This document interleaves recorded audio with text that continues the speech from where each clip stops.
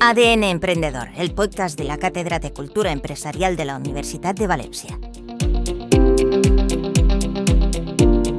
En esta ocasión vamos a entrevistar a Rafael Juan, CEO de Vicky Foods, una empresa familiar con una historia apasionante que nos puede enseñar algo muy atractivo, cómo llegar muy lejos partiendo de la nada.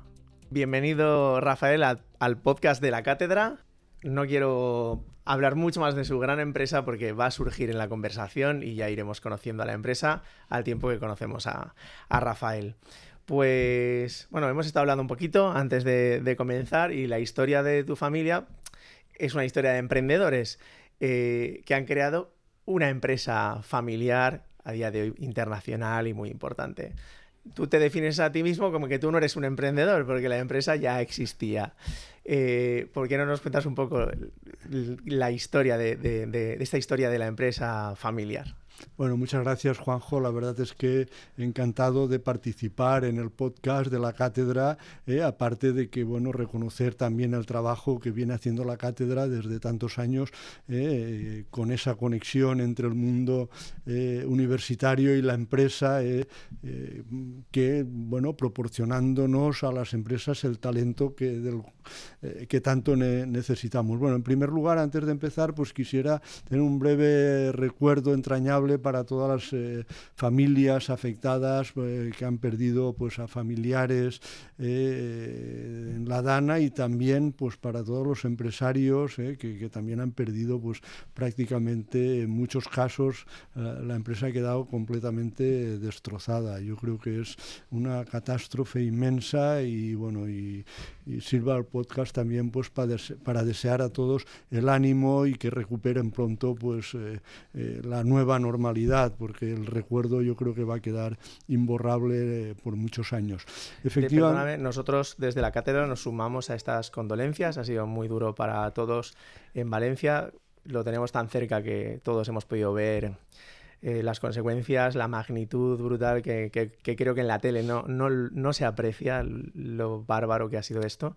Pero me hablabas de hecho de que en vuestra Confederación de Empresas Agroalimentarias, solo en ese sector tenéis más de 200... Cerca de 200 empresas hemos detectado que puedan estar afectadas. No sabemos el nivel, pero bueno, todas las empresas que están en los polígonos de las poblaciones afectadas, pues probablemente tengan sus máquinas, sus equipos, sus almacenes prácticamente inutilizados. Y van a tener que empezar de cero. Que empezar de cero o de casi de cero. Pues sí.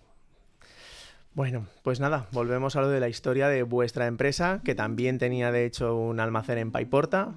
Pero bueno, que gracias a Dios han sido unos años mínimos. Nosotros en Paiporta tenemos una delegación ya desde hace muchos años. Afortunadamente no hemos tenido ninguna desgracia personal, y lo que es en el almacén, bueno, pues ha habido muchos daños, pero afortunadamente pues ahí no teníamos maquinaria y entonces se ha podido reponer o se está empezando a reponer y está prácticamente quedará operativo en unos días. Pues venga, vamos a tirar desde ahí. Tenéis un almacén en Paiporta, pero tenéis presencia en ¿cuántos países? Bueno, estaba justamente preparando una presentación estos días y ahora mismo en 56. En 56 países. Es un poco variable porque hay años que a lo mejor empezamos en algún país y luego pues el distribuidor o el agente comercial pues no repite, ¿no? Lo cierto es que nuestra ambición no es estar en muchos países, sino estar más bien en pocos, pero bien.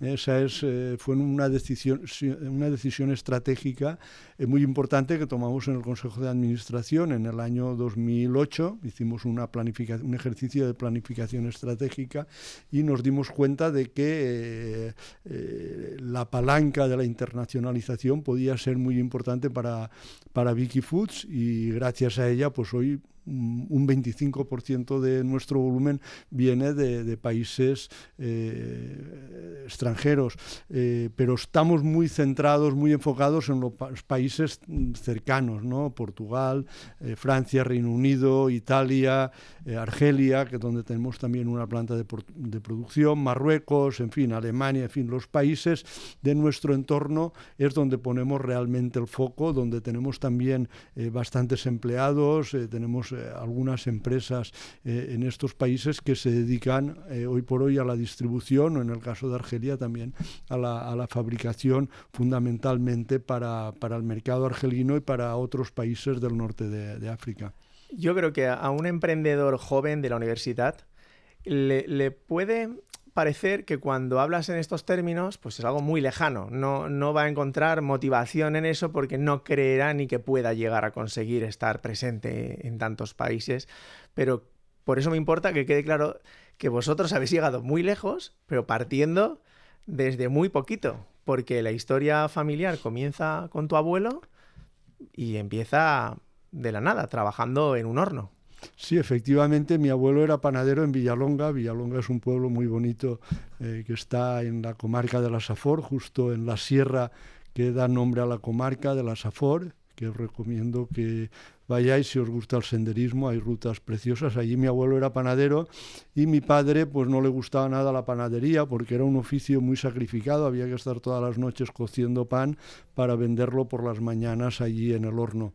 Entonces mi padre era un emprendedor nato, yo más bien diría casi un aventurero, empezó en otros negocios de comercio de frutas, de plantones de naranjos, todos le salieron mal, primero quedó mal con los bancos, luego con los amigos, y ya cuando no le quedaban recursos, pues no tuvo más remedio que ponerse a trabajar de panadero, y ahí se le ocurrió una nueva aventura, un nuevo proyecto, que fue asociarse con los otros dos panaderos que había también en el pueblo y montar una panificadora. Aquello fue muy bien porque en los años 50, en la posguerra, el mercado del pan estaba regulado, como ocurre hoy con las farmacias, por ejemplo, no se podían instalar panaderías, la harina estaba subvencionada, en fin, era un producto de primera necesidad. Pero en cuanto acabó, la panificadora fue muy bien, porque como no se podían instalar más panaderías, pues al concentrar en la producción aprovecharon la economía de escala y cerraron los hornos, con lo cual pues mi padre no tenía que fabricar pan por las noches, montaron una empresa semi-industrial y aquello funcionó muy bien hasta que se acabó el monopolio, empezaron a instalarse otras panaderías y fue realmente mi madre quien le sacó a mi padre las castañas del fuego de lo que iba camino de ser un nuevo fracaso empresarial. O sea que en realidad fue que hoy exista Vicky Foods, pues fue la amalgama de dos personas con caracteres pues casi antagónicos. Mi padre una persona emprendedora, creativa y ambiciosa, y mi madre pues también creativa, pero mucho más hormiguita y de controlar los costes para que para no gastarse más de lo que ingresaba. Tu madre es una figura muy importante en vuestra historia de empresa, familiar por supuesto, pero todo comienza por un tema casi de innovación. Tu madre cambia la forma de las magdalenas. Sí, efectivamente, mi madre pues empezó a trabajar en la empresa en los años 60, gracias a los productos de pastelería que se conservaban mejor que el pan, pues permitieron a la empresa crecer, vendiendo el pan solo se podía vender en la comarca de la Safor, pero luego, claro, era un producto muy perecedero, pero los productos de pastelería empezaron a venderlos pues por toda la provincia de Valencia y poco a poco por algunas otras regiones de España. Pero realmente lo que hizo despegar la empresa fue efectivamente las glorias, un invento que aparentemente es una perogrullada, una magdalena cuadrada, pues bueno, ese invento genial de mi madre con una receta que le dio una amiga suya de ahí del pueblo, que era la telefonista, mi madre de pastelería no tenía ni idea, y esa amiga elaboraba unas magdalenas caseras muy ricas, le dio la receta a mi madre y con la receta de su amiga y la forma cuadrada, pues aquello fue un auténtico bombazo que situó a la empresa entre las principales empresas de pastelería en España en los años 70. De golpe. Sí. ¿Recuerdas qué edad tenías tú en ese momento? Pues yo era adolescente. Bueno, en el año 72 yo tendría 13 años, pero realmente el despegue de la empresa vino en mi adolescencia, a partir de los 15. ¿Y cómo se percibe eso en casa? 16. De repente ver que tus padres, Pues mira, unos trabajadores esforzados, yo de repente empiezan a en esa época crecer. lo viví muy bien porque mis padres se dedicaban a la empresa todo el día, no tenían apenas tiempo para la familia. De hecho, a mí y a mis hermanos nos crió más mi abuela que mi madre, y tenía todos los caprichos que quería: el mejor coche, toda una discografía completa, un equipazo de música tenía ahí en casa. O sea, la verdad es que en este sentido, pues claro, mi recuerdo de esa época, pues claro, era como de venir a menos, de no tener en casa prácticamente recursos, a de la noche a la mañana pues ir bastante sobrado. No es que mis padres nos dejaran gastar todo lo que queríamos, pero bueno, que en tu casa había abundancia. Teníamos bastante abundancia en una época que, por otra parte, pues eran los inicios de la democracia, con lo cual también en la calle empezó a haber más libertad, y bueno, para mí pues fue una época muy feliz, en la cual además pues conocí a la que es mi mujer, que entonces era mi novia, y por tanto pues yo creo que es una etapa como las que tienes un buen recuerdo de ella. Un recuerdo maravilloso, efectivamente. Pues mira, pensando... Luego, fíjate, a partir de ahí, como mi abuela decía que días de mucho, vísperas de poco, pues luego en el año 80 enfermó mi padre de cáncer, que falleció pues 3 años después. Mi madre tuvo que dedicarse pues a empresa, a cuidar a mi padre.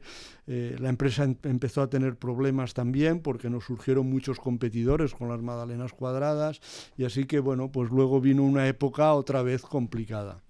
Pero bueno, ahí ya mi madre controlaba la empresa y realmente pues consiguió salir adelante, reinventándose nuevamente y desarrollando pues nuevos productos que bueno, pues suplían cuando pues en algún cliente teníamos competencia con las glorias. Pero me parece muy interesante, como te digo, para el que escucha esto, para humanizar al empresario de éxito, porque se ve, como se suele decir, ¿no? La parte visible es la del éxito, no se ve lo que hay por debajo. Estás contando esto, yo también he leído que tu abuelo sufrió alguna también bancarrota en el proceso de intentar tal, tu padre, todo lo que cuentas de los esfuerzos. El tema que me sorprende es por qué una persona que ha vivido todos esos momentos difíciles en casa de inestabilidad, en lugar de decir, no, yo me hago funcionario. No, tiene en el ADN esto, seguir intentándolo, porque tienes el ADN de hacer una empresa. Bueno, yo te he de confesar, Juanjo, que en realidad mi aspiración era la docencia. Yo estudié en la Universidad de Valencia, siempre lo llevo con mucho orgullo, el haber tenido pues la oportunidad de estudiar en esta universidad, en la Universidad de Valencia, y mi vocación era la docencia. Lo que pasa es que mi madre tenía otros planes, porque era en aquella época, yo acabé la carrera justo el mismo año que falleció mi padre, en el cual mi madre pues estaba muy agobiada por el trabajo. Entonces ella contrató a mi novia, que entonces era mi novia, para que la ayudara, porque como con la enfermedad de mi padre tampoco ella tenía muchas personas de confianza. Entonces mi mujer se puso a trabajar cerca de 2 años antes de que yo acabara en la universidad, y cuando acabé pues me vi casi metido en la empresa, y bueno, ahí he de reconocer esperando. Que sí, me entró el gusanillo que como comentábamos antes, pues el haber vivido en la empresa, porque en realidad nosotros vivíamos, la casa estaba en la planta superior de la fábrica. Y además mi madre era una persona muy humilde que nunca quiso marcharse de allí. O sea, ella vivía allí escuchando todos los ruidos de las máquinas, y porque lo tenía muy cómodo. Cuando tenía algún problema pues bajaba directamente a intentar solucionarlo, a intentar ayudar, ¿no? Tu madre, que sale todo el rato, porque como hablamos es crucial en vuestra historia, no solo es la que escala el negocio con las glorias, sino que luego ha sido una presencia importante siempre, y le habéis homenajeado con el cambio, ¿no?, de Dulce Sol, que era pues vuestra empresa quizá con más proyección, a Vicky Foods, en honor a ella. Y Vicky Foods además de homenajear a tu madre, ¿qué cambio está haciendo en el grupo familiar? Bueno, el cambio vino porque nosotros durante muchos años nos hemos dedicado a la pastelería prácticamente en exclusiva. Desde hace 2 décadas, algo más de 2 décadas, empezamos de nuevo con el pan, a pesar de que mi padre pues había dejado casi escrito en su epitafio que nunca más volvería a fabricar pan por tantísimos problemas que tuvo en la panificadora. Sin embargo, vimos que había hueco, que el pan además es un producto que se consume mucho más que la bollería, que la pastelería, y de hecho hoy es más del 60% de nuestro mercado es pan, ¿no? Entonces, a partir de ahí empezamos también nuestra planificación estratégica. Detectamos que diversificando las categorías de productos en las cuales estamos presentes, pues teníamos también otra palanca de crecimiento muy importante, y empezamos a desarrollarnos en otras categorías como alimentación infantil, fabricando pues tarritos de fruta, de carne, de pescado para bebés. Luego ahí han seguido pues platos preparados, han seguido más y más productos que hemos ido desarrollando, y que todos ellos con el paraguas de la marca Dulce Sol pues realmente generaban un poco de sí, confusión. O sea, tú relacionas Dulce Sol pues con algún dulce o tradicionalmente pues con algún producto de panadería, pero ya con la diversidad que teníamos pues no encajaba. Entonces, a partir de ahí, el equipo de marketing decidió, bueno, y en la dirección decidimos crear una marca corporativa. Y bueno, cuando se creó la marca, pues había muchas opciones, ¿no? Pero al final la que triunfó pues fue precisamente Vicky Foods por 3 motivos fundamentales. El primero es el que tú comentabas, porque Vicky era mi madre, pero por una razón muy especial, porque a mi madre todo el mundo la conocía como Victoria, pero cuando nació mi hijo mayor, ella no quería que la llamara abuela y dijo a mí, llámame Vicky, y entonces mis hijos, bueno, todos sus nietos son los únicos que la llamaban Vicky, ¿no? Entonces quedaba como algo muy familiar, muy, muy cariñoso, ¿no? Y luego el hacer Vicky Foods pues es con esa vocación también de internacionalizar la empresa, ¿no? Y este fue los principales razones del cambio, ¿no? La diversificación, la internacionalización y llevar implícita la historia de la empresa en nuestro nombre. Nuestra familia. Investigando un poco, leyendo tal sobre vuestra empresa, me ha transmitido todo el rato la sensación de innovación. Primero por la anécdota de las glorias, que es de repente en una época que pues era una curiosidad, la Magdalena tenía forma de Magdalena y se creó este cambio a lo cuadrado, ¿no?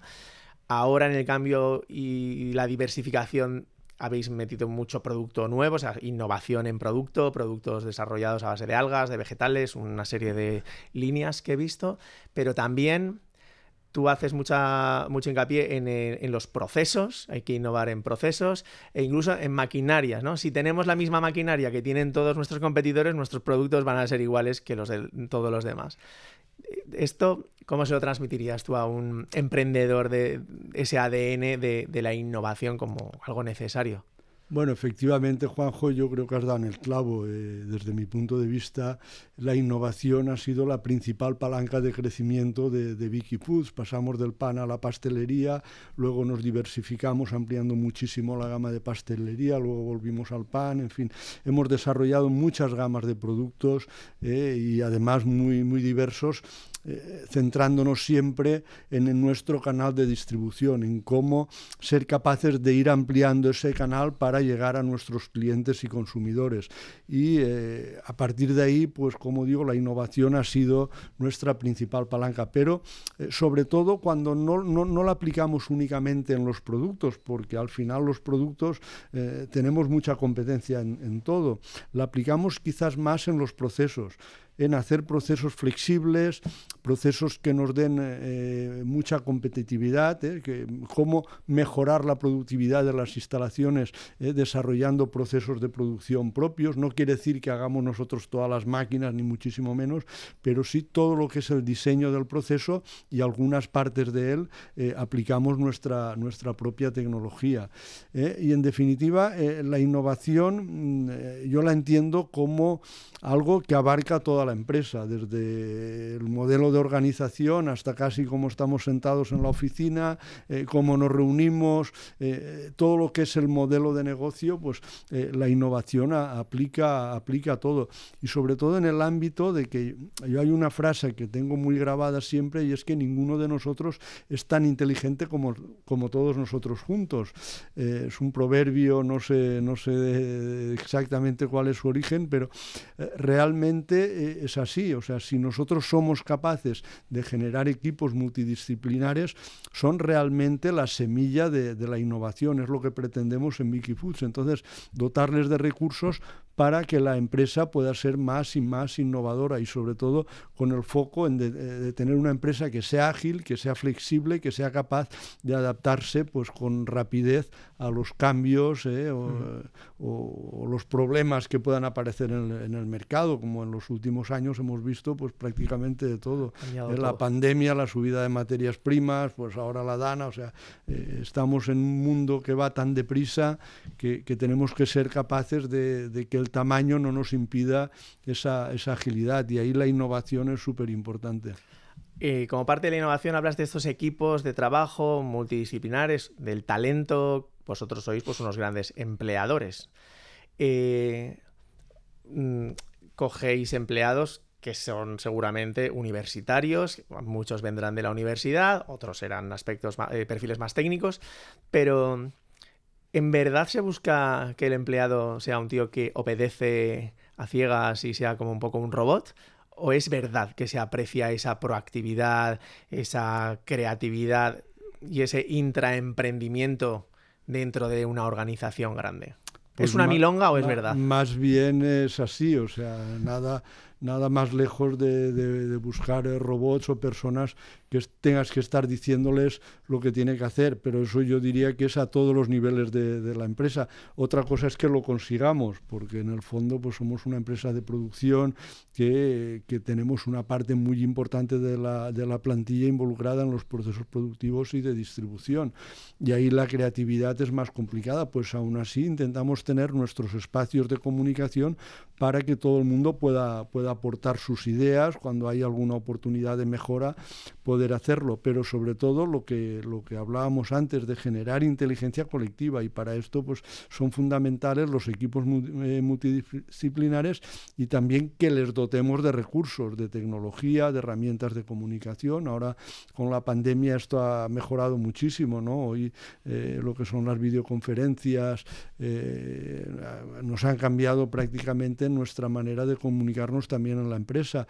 Entonces es fundamental que seamos capaces de dotar a los equipos de recursos, y también del talento, pues muchas veces procede de la universidad. Yo hace muchos años me dedicaba a contar los titulados universitarios que teníamos, pero ahora ya son tantos que resulta, bueno, son varios cientos. Sí. Tú habías estudiado en una ingeniería química. Yo estudié química. De acuerdo. Química industrial. No era ingeniería, bueno, era cierto, química pero industrial. Química industrial. Entonces tú llegas como un universitario bien formado a tu empresa, que es la de tu familia, pero al final tú llegas con tus propias ideas de la universidad, seguramente, me lo permites, creyéndote más listo que todos los que estaban ahí.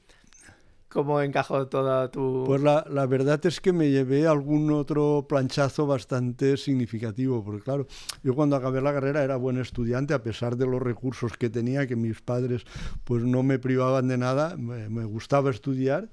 Y era buen estudiante. Entonces, cuando llegué a la empresa, pues mi intención era aplicar los conocimientos que había adquirido en la universidad. Y uno de los primeros problemas con los que me enfrenté es que habíamos empezado a envasar las glorias, porque era la época en que empezaban a crecer los supermercados. Hasta entonces mi madre, en los años 70, donde vendía, eran tiendas pequeñas que vendían las magdalenas, las glorias se vendían a granel. A partir de los 80 empezamos a envasarlas, y claro, al envasarlas las magdalenas se enmohecían. En muchas ocasiones, claro, cuando estaban a granel se iban secando y se ponían duras, pero no llegaban a enmocerse. Este fue el primer problema al que yo intenté aplicar mis conocimientos de química. Bueno, le pedí a mi madre que necesitaba un laboratorio, mi madre sin problemas me dijo que comprara lo que necesitaba, monté mi laboratorio y entonces me dedicaba a hacer el análisis de la humedad de las glorias. Pues era tan malo como químico que cuando de una misma muestra hacía 2 o 3 mediciones nunca me daban lo mismo. Y ya cuando llevaba allí como 3 o 4 semanas haciendo análisis y no sacaba ninguna conclusión, mi madre viene un día y me dice: oye, Rafa, mira, tengo un amigo que justo estaba en el pueblo de al lado, que tenía ahí una cerámica que conoce unas balanzas que funcionan con infrarrojos y que en 5 minutos te sacan la humedad del producto. Yo decía, eso no funciona. Bueno, hoy tendremos más de un centenar de balanzas de infrarrojos todavía funcionando en las empresas. Con esto quiero decirte pues que efectivamente yo no entré precisamente con mucha humildad en la empresa y bueno, pues esto lo he ido pagando poco a poco, la verdad. Me has dado esa sensación en distintas intervenciones así públicas que has hecho, como que tú has ido, no sé, haciéndote más humano con el paso del tiempo en la empresa, ¿no? Incluso me ha parecido, si no lo entendí mal, que te dices tú al principio, en la etapa ahí de la automatización, ibas por las fábricas viendo a ver dónde podías sustituir personas por máquinas, ¿no? Efectivamente. Y que te ibas... No solo sustituirlas por máquinas, sino incluso que aceleraran su trabajo para que donde había 10 personas, pues poder hacer el trabajo con 7, 8 o las que fueran. Que incluso me llegaba a poner allí de pie con los brazos cruzados mirando, claro, yo no me daba cuenta, las personas que habían allí se aceleraban al verme y claro, rápidamente, pues si había 10, las 2 o 3 que estaban al final no les llegaba producto. Y yo le decía al encargado, oye, mira, y sobran por lo menos 2 o 3 personas, claro. Yo luego me he dado cuenta o sea, me he ido dando cuenta y digo, jolín, qué torpe, que yo espero pues que esas personas luego con el paso de los años me hayan perdonado, ¿no? Pero es verdad que la empresa, la parte fundamental es el equipo y evidentemente la tecnología. Yo siempre digo que la innovación es el producto de 2 factores, tecnología y personas. Y el uno sin el otro no funciona. O sea que sí que hay que implantar tecnología, toda la que puedas, pero tienes que cuidar a las personas. Si no, eso no funciona. Y requirió su tiempo que lo aprendieras. Efectivamente requirió su tiempo. Yo luego en toda mi vida profesional me he dedicado mucho más a la psicología o a la pedagogía que realmente a la técnica, porque bueno, pues cuando tienes la oportunidad de ser CEO de una empresa que ya tiene bastantes empleados, pues te pasas todo el día gestionando emociones. Gestionando emociones, y entonces pues tuve que aprender casi con sangre, sudor y lágrimas. Me costó adaptarme, porque yo pensaba pues que algún día las máquinas sustituirían a todo el mundo y no iba a necesitar allí discutir con nadie, pero eso realmente de momento no ha sido así. Yo creo que estamos muy lejos, a pesar de todos los avances de inteligencia artificial y toda la disrupción que tenemos y que nos viene todavía, pues yo creo que esto no va a ser así durante muchos años.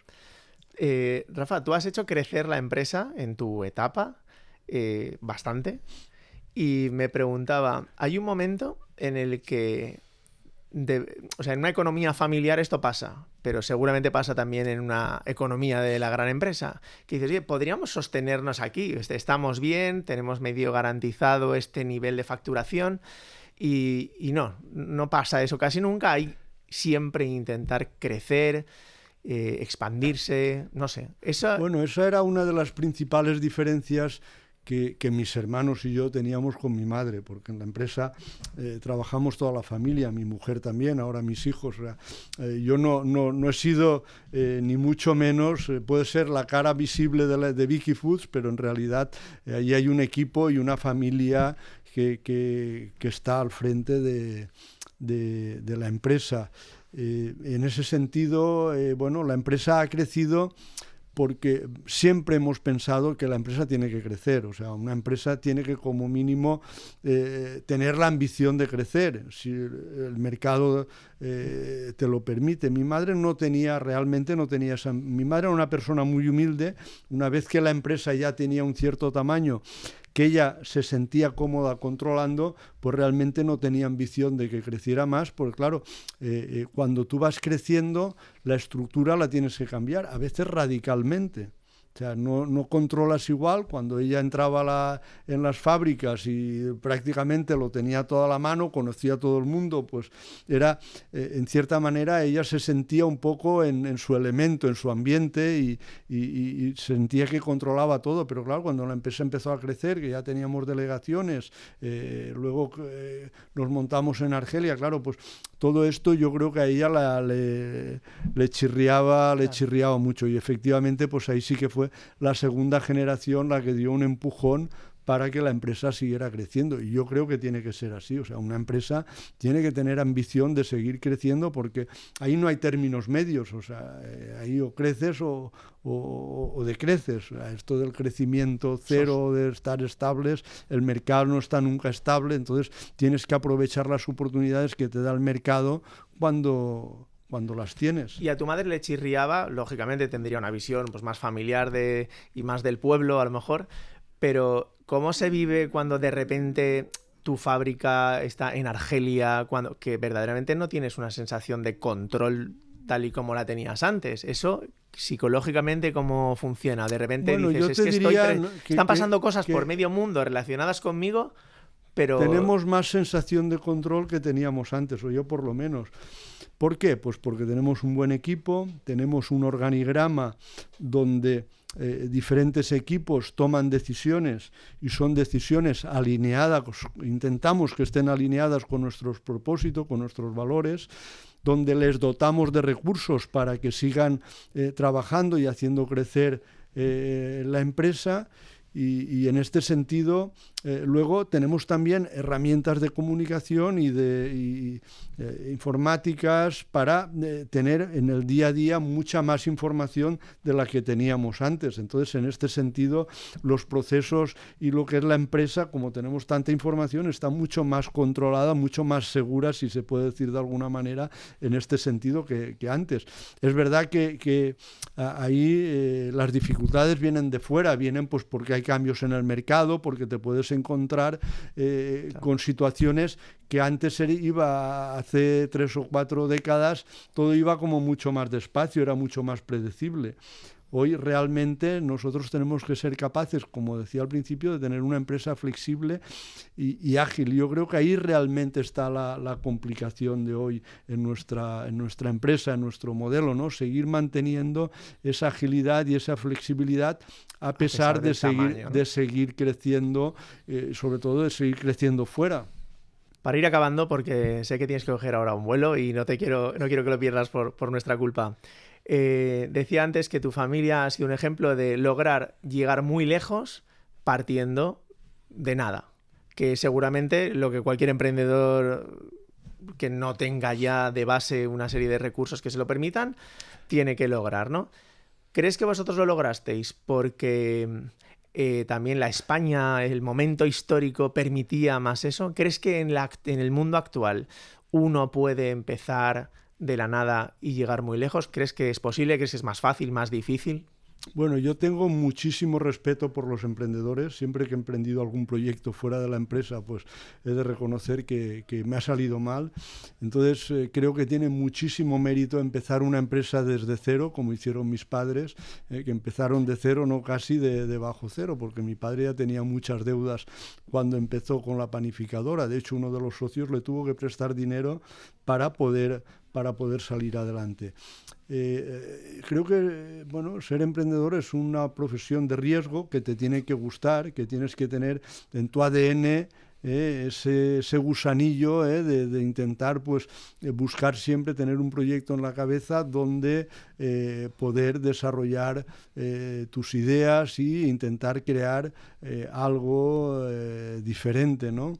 Es difícil, pero yo creo que hoy oportunidades ha habido siempre, yo creo que siempre han habido oportunidades. Cuando empezaron mis padres, que eran la posguerra, pues ya había oportunidades. Probablemente cuanto más dificultades hay, también hay oportunidades, porque es aquello que cuando las cosas van mal, pues hay quien se pone a llorar y hay quien se pone a vender pañuelos, ¿no? Siempre puedes encontrar alguna oportunidad de desarrollar algún proyecto. Yo creo que el emprendedor tiene que tener esa visión de desarrollar un proyecto, algo diferente, algo novedoso, y luego tener la constancia y el carácter de mi madre, de hormiguita, de mirar, de cuidar bien el cajón, cuidar bien los recursos, para que pues el proyecto pueda tener continuidad. Y yo creo que ahí es donde caen en general la mayoría de los proyectos, porque los principios suelen ser muy difíciles y cuesta mucho financiarlos.